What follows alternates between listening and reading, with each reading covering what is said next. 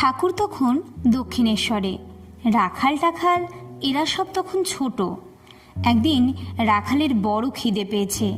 ঠাকুরকে বললে, ঠাকুর ওই কথা শুনে গঙ্গার ধারে গিয়ে, ও গৌরদাসী আয় না, আমার রাখালের যে বড় খিদে পেয়েছে বলে চিৎকার করে ডাকতে লাগলেন। তখন দক্ষিণেশ্বরে খাবার পাওয়া যেত না। খানিক পরে গঙ্গায় একখানা নৌকা দেখা গেল।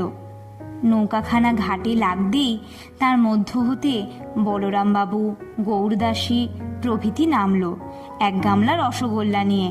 ঠাকুর তো আনন্দে রাখালকে ডাকতে লাগলেন, ওরে আয় না রে, রসগোল্লা এসেছে, খাবি আয়, খিদে পেয়েছে বললি যে।